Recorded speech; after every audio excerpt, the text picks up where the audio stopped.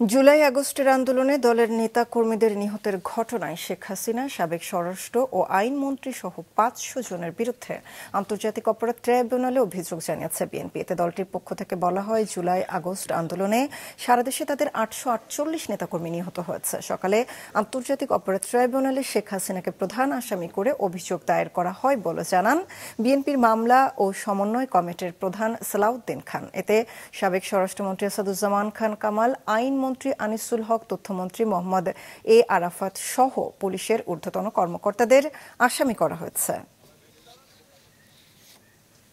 ৮৪৮ জনের নামের শহীদদের তালিকা এবং ৮৪টি মামলার এজাহারের কপি সহ মামলা দায়ের করার জন্য বিভিন্ন ভিডিও ক্লিপ, পত্রিকা সহ আমরা এই এজাহারের কপি জমা দিলাম।